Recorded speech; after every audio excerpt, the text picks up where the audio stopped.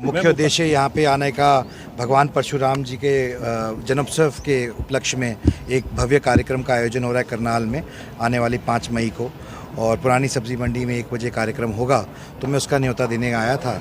और मेलनाबाद में हमेशा मुझे इसी तरह से प्यार और स्नेह मिला है, उसी तरह का प्यार स्नेह आज भी देखने को मिला, बहुत आशीर्वाद मिला। और मुझे पूरी उम्मीद है कि एलनाबाद से भी बहुत अच्छी तादाद में और मात्रा में लोग आएंगे और इस कार्यक्रम में शिरकत करेंगे। आप भगवान परशुराम जी की जयंती को लेकर हर जिले का दौरा कर रहे हैं, किस प्रकार रिस्पॉन्स मिल रहा है ओवरऑल? जी बहुत अच्छा रिस्पांस मिल रहा है। मैं आज सुबह हिसार में था, लगभग 3-4 कार्यक्रम हिसार में थे। अब मैं यहाँ आया हूँ, मैं यहाँ से हाँसी जाऊँगा।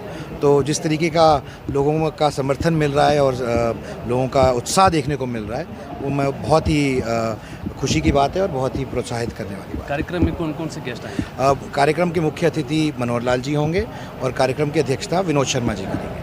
पिछली बार भी मनोहर लाल जी ने जब सीएम थे, काफ़ी मांगे जो थी वो मंच के जरिए हमने पिछली बार परशुराम महाकुंभ का जब आयोजन किया था दिसंबर के महीने में, तो हमने 13 मुख्य डिमांड रखी थी, जिनमें से 10 पूरी हो गई थी और 3 रह गई थी और प्रयास जारी हैं।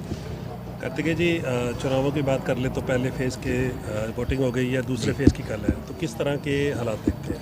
देखिए, जैसे मैंने अपने मंच से संबोधन में भी कहा कि चुनाव एक पर्व होता है और हमारे देश में खासकर, और ये पर्व 5 साल में एक बार ही आता है। और लोकतंत्र में सरकार को भी हक है और ऑपोजिशन को भी हक है कि वो अपनी बात रखे और लोगों के बीच में लेके जाए। सरकार अपना लेखा जोखा लेके जाए, क्योंकि सरकार को 10 साल हो गए हैं, वो अपना लेखा जोखा लेके जाएगी लोगों के बीच में। और जनता जनार्दन है, जनता अपना फैसला करती है, जनता सजग है, वो हर चीज़ को देख के तोल मोल के अपना हिसाब लगा कर फैसला करती है। और मेरा ऐसा मानना है कि हमारे देश को जिस तरह का नेतृत्व मिला है पिछले 10 साल में माननीय नरेंद्र मोदी जी के नेतृत्व के अंदर प्रधानमंत्री के तौर पे, देश बहुत तरक्की किया है और देश आगे गया है। और अगले 5 साल भी नरेंद्र मोदी जी को प्रचंड बहुमत मिलेगा प्रधानमंत्री के तौर पर। हरियाणा की 10 सीटें हैं, तो क्या आपका भी राजनीतिक लंबा कैरियर है क्या? खैर मेरा कैरियर राजनीतिक इतना लंबा नहीं है, 1.5 साल हुआ है। हाँ, अगर मीडिया के तौर पे पूछेंगे तो शायद मैं आपको अलग तरीके से विश्लेषण दे सकूं, पर मेरा ये कहना है कि प्रचंड बहुमत मैंने कहा है, तो देश में भी और प्रदेश में भी भारतीय जनता पार्टी को नरेंद्र मोदी के नेतृत्व के अंदर प्रचंड बहुमत मिलेगा। विपक्षी पार्टी अपने उम्मीदवार अभी तक नहीं उतार पाए हैं, उनको लेकर आप क्या कहेंगे सर? देखिए, ये मैं तो सिर्फ इतना समझ पाया हूँ कि एक विधानसभा एक बड़ा क्षेत्र होता है, एक पार्लियामेंट सीट के अंदर लगभग 9 विधानसभाएं होती हैं और अगर हम आकलन करें तो 16 से 18 लाख वोटें होती हैं और उन तक पहुंचना 20-25 दिन के अंदर बहुत वैसे ही मुश्किल होता है। तो क्या स्ट्रैटेजी लेके चल रही है वो लोग ऑपोजिशन वाले, ये मुझे नहीं पता, वो उनका आंतरिक मामला है। लेकिन जब तक लोगों के बीच में नहीं जाएंगे, लोगों की बात नहीं समझेंगे और जो उनका कैंडिडेट है वो बीच में नहीं जाएगा, तो लोगों को कैसे इस बात का आभास होगा? उनकी अपनी स्ट्रैटेजी हो सकती है, पर यहाँ पर भारतीय जनता पार्टी काफ़ी क्लियर है, नरेंद्र मोदी जी काफ़ी क्लियर हैं। उन्होंने अपने कैंडिडेट लगभग 1 महीने पहले डिक्लेयर कर दिए थे और वो लोगों के बीच में जा रहे हैं और अपना डेवलपमेंट का एजेंडा लेके जा रहे हैं। जो काम किया है उस पर वोट मांग रहे हैं। हरियाणा के जो कैंडिडेट हैं लगभग आपके काफ़ी नज़दीकी हैं, आप भी चुनाव प्रचार में जाएंगे? बिल्कुल जी, बिल्कुल जाऊंगा। मैं मानता हूं कि देश को मजबूती चाहिए, सशक्त बनाना है और सशक्त बनाने के लिए सशक्त नेतृत्व चाहिए और नरेंद्र मोदी जी से बेहतर सशक्त नेतृत्व नहीं मिल सकता। मैं तो ये भी नहीं जानता हूं कि ऑपोजिशन की तरफ से कौन ऑपोजिशन का चेहरा है, कौन देश को लीड करेगा ऑपोजिशन की तरफ से। अगर आपको पता हो तो आप बताइए, मुझे तो नहीं पता है।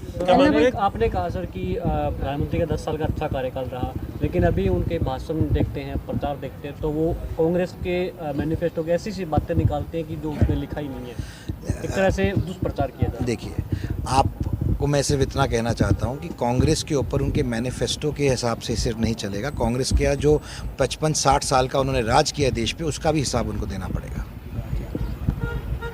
इलाहाबाद में तो कोई वोटों की अपील करना चाहेंगे? जी बिल्कुल, मैं ज़रूर कहना चाहूँगा कि अशोक तंवर जी एक अच्छे व्यक्ति हैं और वो परिपक्व व्यक्ति हैं। मैं उनको निजी तौर पे भी जानता हूँ, मैं उनसे रिश्तेदारी भी है और मैं उस नाते भी, और उनके एक लंबा राजनीतिक करियर भी है। मैं आप सबसे अपील करना चाहूँगा कि एक अच्छे सशक्त व्यक्ति को आप नेतृत्व दे दें, ताकि सिरसा के अंदर वो जो काम रुके पड़े हैं और जो लोगों की ज़रूरतों के काम हैं और आपकी बात एक सशक्त तरीके से संसद में उठाई जा सके और कोई रख सके, तो मेरे हिसाब से अशोक तंवर जी बहुत अच्छे कैंडिडेट हैं, जिनके लिए मैं अपील करता हूं आपके माध्यम से कि लोग उनको ज़्यादा से ज़्यादा मात्रा में वोट करें। चैनल के माध्यम से अपील सर? मैं चैनल के माध्यम से भी अपील करता हूं कि उनको वोट करें। 5 मई में प्रोग्राम। अच्छा हाँ, तो नहीं, मैं 5 मई के कार्यक्रम के लिए दोबारा पुणे एक बार आपसे निवेदन करना चाहता हूँ कि 5 मई के कार्यक्रम में आप सब आएँ और इस कार्यक्रम को सक्सेसफुल बनाएं, सफल बनाएं। और भगवान परशुराम जी 36 बिरादरी के भगवान हैं। ये न्योता 36 बिरादरी को है, किसी एक बिरादरी के नहीं है। और सबको मैं आपके माध्यम से ये न्योता देना चाहता हूँ।